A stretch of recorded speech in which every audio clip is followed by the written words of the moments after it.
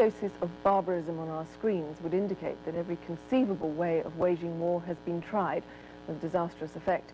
Yet innovations in warfare continue to gobble up resources. The latest thinking in the United States is to develop a way of gaining superiority over your enemy without the inconvenience of killing, to dominate and feel good about yourself at the same time.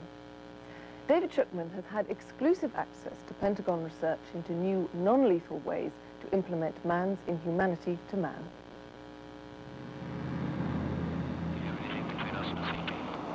Negative. I got something a little bit to the left of the CPU about 11 o'clock, 40 miles.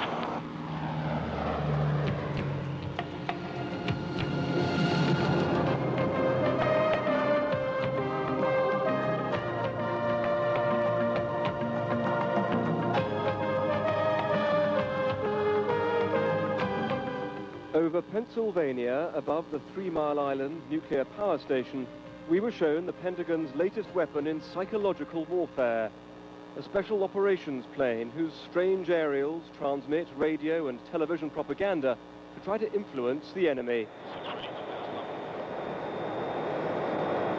The equipment used is highly classified. We were only allowed to get this close to the plane while it was being refueled. The catchphrase of the crew is, "We fire electrons, not bullets." And in a country fearful of causing casualties, this may be the precedent for a new military doctrine.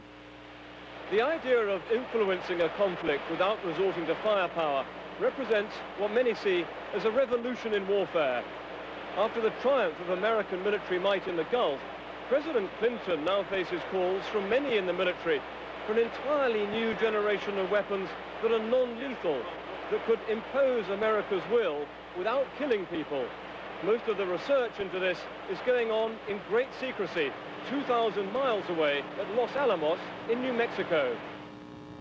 In the birthplace of the nuclear bomb and powerhouse of the research into a Star Wars space shield, scientists are now developing weapons more relevant to the demands currently being made on the military.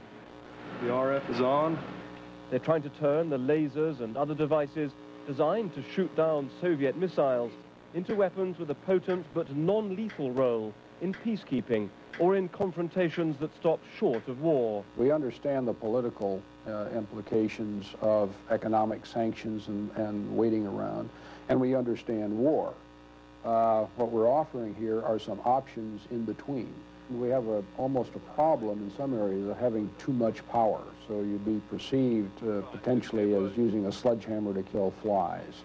And you need, in these situations, the ability to respond when your national interests or national values are threatened, and to do it in a way that, you know, how you win that battle becomes important. And in many of the situations, you want the population to be friendly when you come out of it, quite frankly. And killing them does not do that.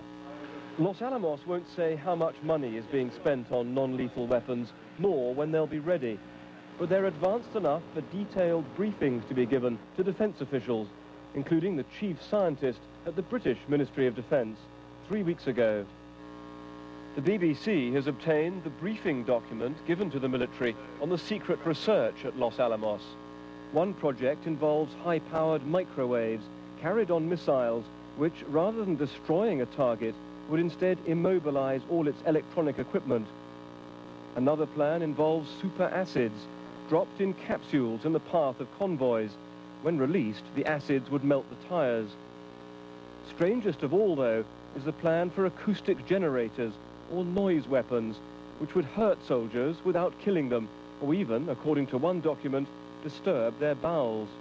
Many people might wonder if you're entirely serious about some of these technologies, the bugs that eat plastic in weapons, or the chemical substances you'd spray on roads to make them too slippery or too sticky, or even the sound weapons that disturb the enemy's bowels. Are you entirely serious about this? Well, I'm not sure the ideas I would categorize as bizarre at all. I think this is the way we're going to be driven because of the requirements of national security in the future.